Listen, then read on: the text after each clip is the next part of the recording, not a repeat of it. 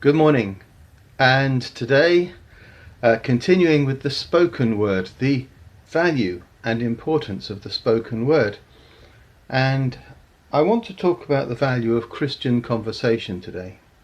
I'm going to read from Malachi to start with, Malachi chapter 3, starting verse 13. You have spoken arrogantly against me, says the Lord. Yet you ask, what have we said against you? You have said it is futile to serve God. What do we gain by carrying out his requirements and going about like mourners before the Lord Almighty? But now we call the arrogant blessed. Certainly evildoers prosper, and even when they put God to the test, they get away with it. Then those who feared the Lord talked with each other, and the Lord listened and heard. A scroll of remembrance was written in his presence concerning those who feared the Lord and honoured his name. On the day when I act, says the Lord Almighty, they will be my treasured possession. I will spare them, just as a father has compassion and spares his son who serves him. And you will again see the distinction between the righteous and the wicked, between those who serve God and those who do not. So the accusation is being made against God that it's pointless to serve him, that godliness is useless, religion serves no useful purpose, and serving God is a waste of effort. The road to success is the road of the arrogant self-interest. Blasphemers succeed, and religious people are losers. And how do the godly respond? Well, it turns out that they respond by having conversations.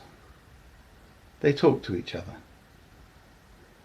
Now, that might not seem like very much of a response. Conversation amongst the God-fearers. And you may ask, well, how can mere conversation change society?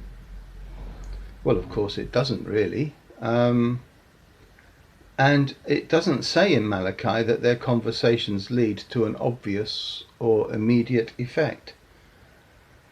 The godless are certainly not silenced just because godly people chat. The blasphemers are not dumbfounded and scattered. Things don't improve. But those who fear the Lord talk one with the other. Our problem, I think, is that we live in the age of Christian activism. In modern Christianity and in modern Christian moralizing, talk must lead to action to be any good at all. Talk which doesn't have an obvious result is actually derided sometimes as being mere empty words. I've heard it suggested that it's rather questionable just to spend your time talking about God. Any conversation which lacks a clear purpose and a clear direction is seen as a waste in these well-organized and efficient times that we live in. A waste of time and a waste of breath. Mere conversation seems to achieve nothing at all. Except this, God remembers. It says in Malachi, he listens and he hears. Now, conversation seems like the most temporary activity we can be involved in, because as soon as we've spoken them, the words hang in the air for a fraction of a second and then they seem to be gone. But God hears. And God's listening to those words gives them a life beyond themselves, gives them a value. Secondly, we hear that he has a book of remembrance. And the name of each of those conversationalists, the name of all those people talking one to the other, is written down in his presence. In his presence. Their names are always before him. And then thirdly, God acts. There is an indirect result, but it's God's result. The day when he acts is the day that Malachi is talking about, the day when he does something. And what he's going to do is he's going to gather up each of those godly conversationalists, and they're going to be his special treasure. He treats them, it says, as a loving father would treat a praiseworthy son. So there is a consequence to those words. There is a consequence to those conversations. And the final consequence is a sharp distinction. God says you're going to see once again a distinction. On one side there will be the servants of God, and on the other side the wicked. All the people who said that serving God was pointless. So the difference begins with simply a difference in conversation. And the people who say the better things in their conversation are the ones who are saved. Now, I think it's really unfortunate that we live in a time when simple, godly conversation is not valued as it should be. I have to say that I have benefited so much from talking to other people, men and women, who were believers, who fed my soul and changed my life with their simple conversation. Now, although I'm a preacher, I have to confess that a lot of the changes, the better changes in my life, have not been so much the result of hearing memorable sermons as memorable conversations. I can remember, I don't know if this is a gift, but I remember conversations clearly, even though I sometimes forget much more apparently important things. But I remember people talking to me 40 years ago and more, whose words have changed me. Words that have fed my soul and changed my life. And I'm still hungry for that kind of conversation. I want it. Surprisingly, it's not always the religious professionals, the pastors and the preachers. Too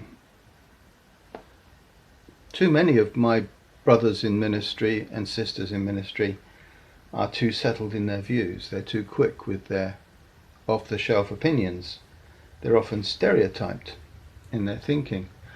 But I would also say that there have been half a dozen wonderful exceptions to that experience. There have been people who have blessed me so much who were in pastoral ministry.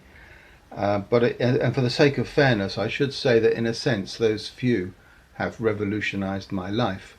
I'm just saying that so often people who are the professional church leaders turn out to be a bit of a disappointment when I'm looking for godly conversation. Actually, it's the ordinary humble saints, the men and women, and probably more the women, but the men and women who walk with God, who think about God, who dwell on him in their meditations, the ones who try to live out a godly life and discuss the challenges and problems as well as the good and refreshing bits of their lives. The people who feared the Lord talked one with the other, and that still happens today, and it's a blessing. So my advice is, seek out where you can find it, godly conversation. Find people who are not weary about finding out about God. They're the ones to talk to. Those who love God and are hungry for more of him, they're the ones to talk to. Listen to their testimonies of grace, how God has dealt with them, and share with them how God has taught you or dealt with you as well. Discover together in godly conversation the grace of God. This is such an important subject, I want to talk about it again tomorrow. But I've started with Malachi and the wonderful consequence of godly conversation. And I hope that helps you, and be blessed as you walk with God and as you converse about God this week. Bye for now.